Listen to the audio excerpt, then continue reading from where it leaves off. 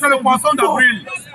Torse nu, ce membre de la famille de la défunte Dzanyango et autres proches expriment leur mécontentement devant le tribunal de grande instance de Voré.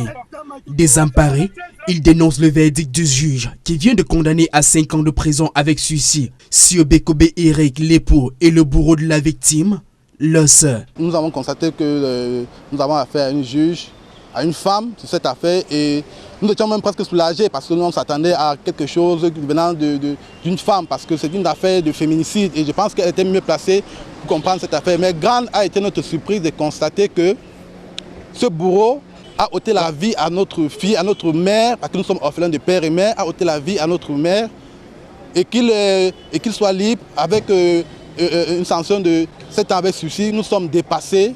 Nous sommes dépassés, on se demande où va le monde. Que tu retires quelqu'un brutalement à la vie et puis on te laisse libre. Dzanyango, enseignant de profession, est tombé sous les coups de son époux le 18 novembre 2023 suite à une énième violence conjugale.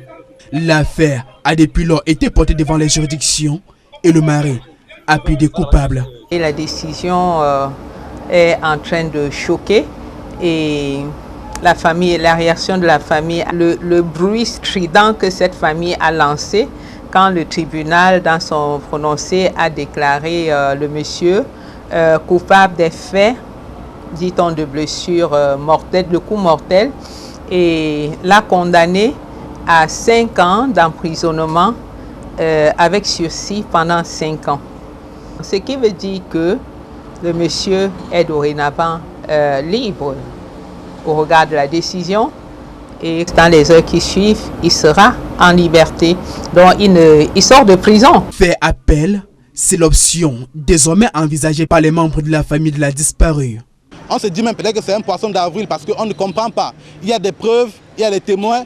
Pour une affaire aussi flagrante, aussi simple à comprendre, on se disait qu'au moins ceci devait servir de leçon. Mais voyez-vous, c'est plutôt encourageant. Nous allons faire appel et nous attendons à ce que cette décision soit revue. Diane, brutalement arrachée à la vie à l'âge de 31 ans, a été inhumée le 30 mars 2024 à Moya, dans le département du Cam, région du Littoral.